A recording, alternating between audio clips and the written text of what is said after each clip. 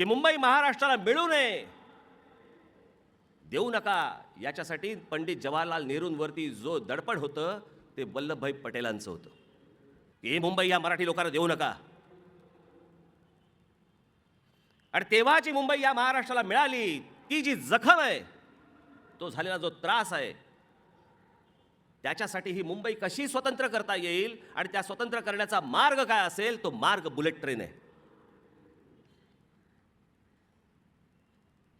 ही bullet train जिथून जाणार आहे, जो मार्ग आहे, आपण भौगोलिकदृष्ट्या नीट जरा बघितलं तर तुम्हाला समजेल की पूर्वीचा जो राम नाईकांचा जो मतदारसंघ होता, जो वसई विरार आणि ह्या सगळ्या भागापर्यंत जात होता, तो सगळा अख्खा जो पट्टा आहे, तो पट्टा बाजूला करण्याचं, म्हणजे तो पट्टा जर हातात आला तर मुंबई हातामध्ये येते. भौगोलिकदृष्ट्या बघून घ्या.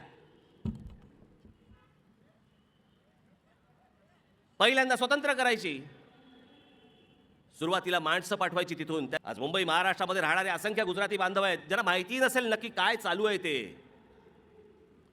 पण नरेंद्र मोदींच्या डोक्यामध्ये आणि अमित शहाच्या डोक्यामध्ये काय नेमकं चालू आहे हे न समजण्या इतका मी काही दूधखोळा नाहीये.